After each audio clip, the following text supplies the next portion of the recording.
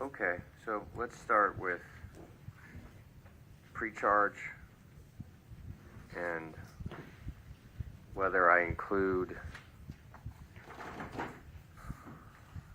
a brief discussion of the elements of the charge, and an instruction on reasonable doubt. And my understanding from this morning is that the one thing that the parties seem to agree on is that I should either give both or neither. And the defendant is asking that I give neither. But if not that, then both. And the Commonwealth is asking that I give both. Is that... But if I... Well, Mr. Gagnon, just... is that your is that your position? My position actually is slightly different, Your Honor. I believe that our preference, if I could just have a moment. Our preference would be that the elements of murder be given at the outset. That is our priority. If Your Honor is inclined to give the elements, then I think it should be coupled with the beyond the reasonable doubt instruction as well. If Your Honor is not inclined to give the elements, then in that case, I would suggest not giving beyond a reasonable doubt by itself. Okay. All right, so if I were to give the elements, again, I would just be briefly describing the elements of murder, first-degree murder. All I would say is that the elements, I would just list the three elements. First, that the defendant caused the death of the alleged victim. Second, that the defendant intended to kill the alleged victim. That is, the defendant consciously and purposefully intended to cause the alleged victim's death. And third, that the defendant committed the killing with deliberate premeditation. That is, she decided to kill after a period of reflection, and or the killing was committed with extreme atrocity or cruelty. So, far from the more detailed instruction I would give at the end of the case, and I suppose somewhat quite a bit less nuanced as to the theories, if I'm going to give that instruction, if I'm going to give an instruction on the elements at all in my pre-charge, that's what it would look like.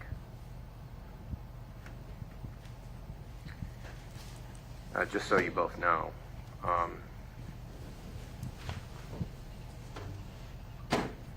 So I've gone back and forth. I don't know how critical it is that the jury hears or doesn't hear an instruction of that sort during the pre-charge. So perhaps you can tell me why you think it's important that I give it, and then I'll let defense counsel argue why they think it's important that I shouldn't. Thank you, Your Honor. If I could just respectfully back up for one moment. If you are to give the elements, my understanding is that the second element, the intent element, does differ between the two theories of first-degree murder. So for premeditation, it is intent to kill only. Right. For extreme atrocity or cruelty, there are three alternatives. Right, which I think is difficult to understand without further instruction as to those elements.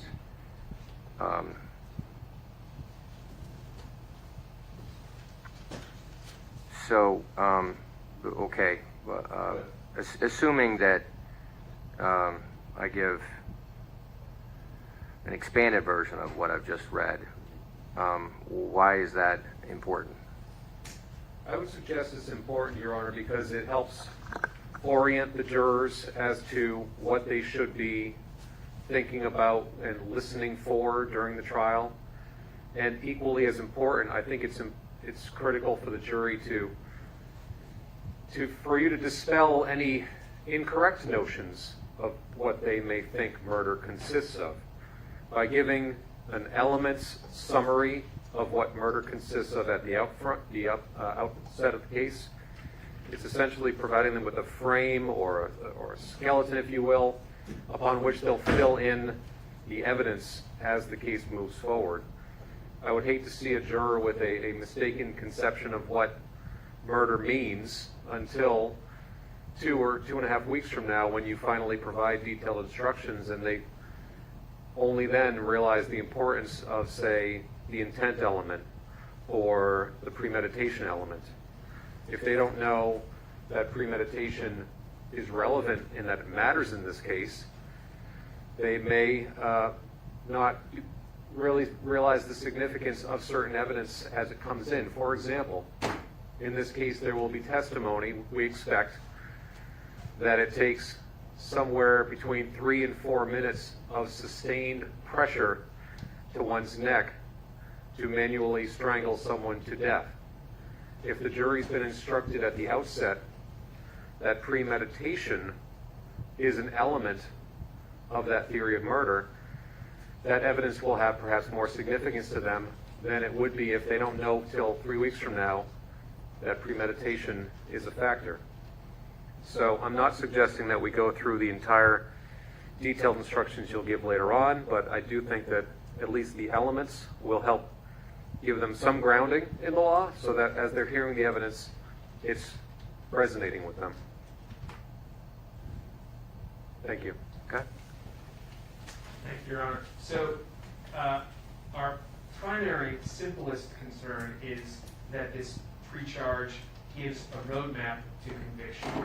So the idea, here are the elements, and jurors, here's how you convict somebody, and obviously that's not what you're going to say. But here are the elements, and the unspoken piece of that is, here's what you need to find to convict. And jurors, just with that bit of information, we submit, in this case, a little bit into cognitive bias psychology, I'm sorry, but they hear those are the steps, the elements, the roadmap, and when they hear something like that, here's some evidence, here's the significance of that element, they put a little psychological, a little perhaps unconscious check mark next to it. So that's the one way to balance that, is to counter it with proof. The burden is on the Commonwealth, and the burden of proof is proof beyond a reasonable doubt. Well, I'm concerned, frankly, that a simpler version of this, of the elements, sort of exacerbates the problem, because now they've got a simplified version of the roadmap. And I think we all agree, that giving the full-blown definition is even less appropriate at this early stage where you haven't had the evidence and it becomes an abstract exercise. So I think, in light of all of that, the simplest solution here is to just skip the elements of murder altogether, either simplified or elaborate. Thank you. Okay. So I don't know that I agree that it gives them a roadmap, or if it does, it gives them a roadmap as much to acquit as to convict. It's not just, here's what you need to find, it's here's what the Commonwealth needs to prove. But I think in this case, it might be confusing to give the shorter version. I'm not sure that it would benefit the Commonwealth, frankly. For example, premeditation, all I say about that is that the defendant decided to kill after a period of reflection. I'm not sure that will necessarily fit with the evidence. I think the more detailed instruction, I think, is a better fit for the allegations here. I'm looking at this from the Commonwealth's perspective. I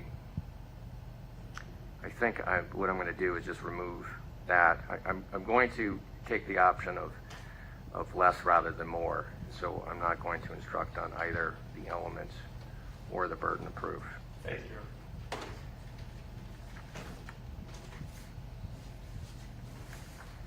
All right, so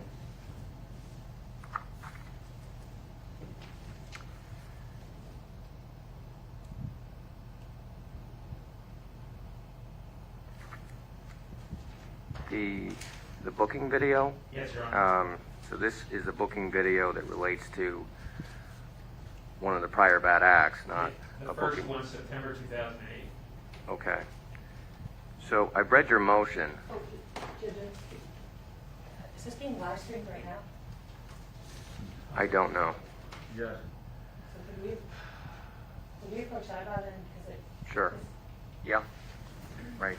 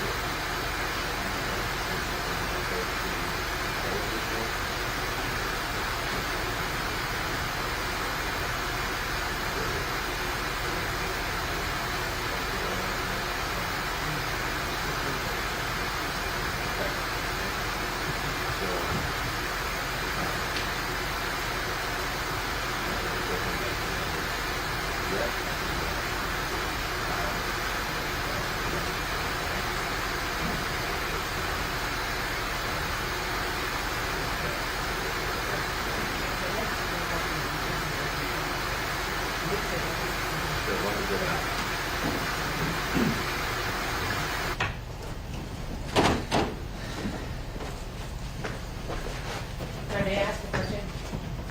Yes. In terms of the opening tomorrow, does the court set a time limit? Like, is it 30 minutes, 40, you just do our opening? I don't. Okay. I think the rule says that if you're going to go over 30 minutes, you need my permission. So, are you going to go over 30 minutes? No, I don't expect to, but I didn't know if there was like a 2-minute warning, in the other trials. there was always a I've warning. yet to do that, and I'm not inclined to Okay. interrupt anyone during their opening argument. I think you both understand that the attention span of the average juror is only so long, and so if you go past a certain point, you do so at your own risk, but I will let you take that risk if you'd like. But just for my own sense of the schedule tomorrow, do you have a ballpark? I think it's probably, my opening right now is about 25 minutes, maybe 20.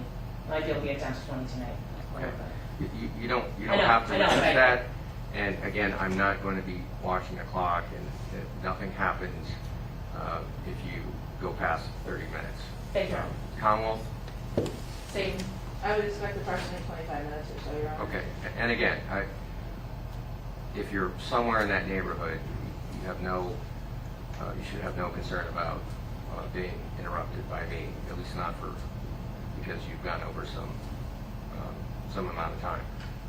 Thank you, Your Honor. Anything else? No, Your Honor. Just focus a little. Oh, sorry. Your Honor, on the topic of scheduling for tomorrow, Your Honor stated that you would appreciate sort of a heads up in terms of who we intend to call, and we're also telling the defense each day who we expect for the next day. Given the pre-charge and the openings, we are prepared to call the four first responders tomorrow, 2 from Granby Police and 2 paramedics. Due to, those would specifically be Gary Poehler and Mark Smith from Granby. The paramedics being Gene Oss and Michael Pandora. We anticipate that will take us likely into the afternoon, and due to scheduling and logistics, our next witness wouldn't be available until Thursday morning. So we would hope that, Your Honor, with your indulgence, if we were to end a bit early tomorrow, that would be okay. That's fine. I guess I would ask the parties to do their best to fill up our days, just so that we get through this in a timely manner. But if you run out of witnesses, you run out of witnesses. That happens. Don't be nervous about my reaction to that. And I find that jurors are happy to be released early, so long as I can tell them that we're still on track. And I suppose what I've told them is that on track means we finish by the end of the month. So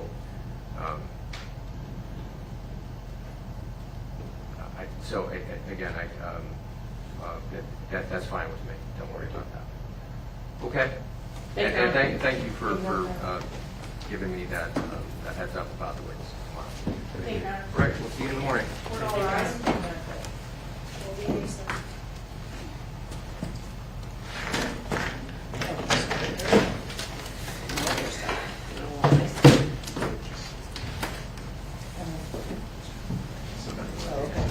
Yeah, we're gonna just run over there because I don't want to miss the call. So. Yep. Karen, you good? Kind of rotate your side. Yes, yeah.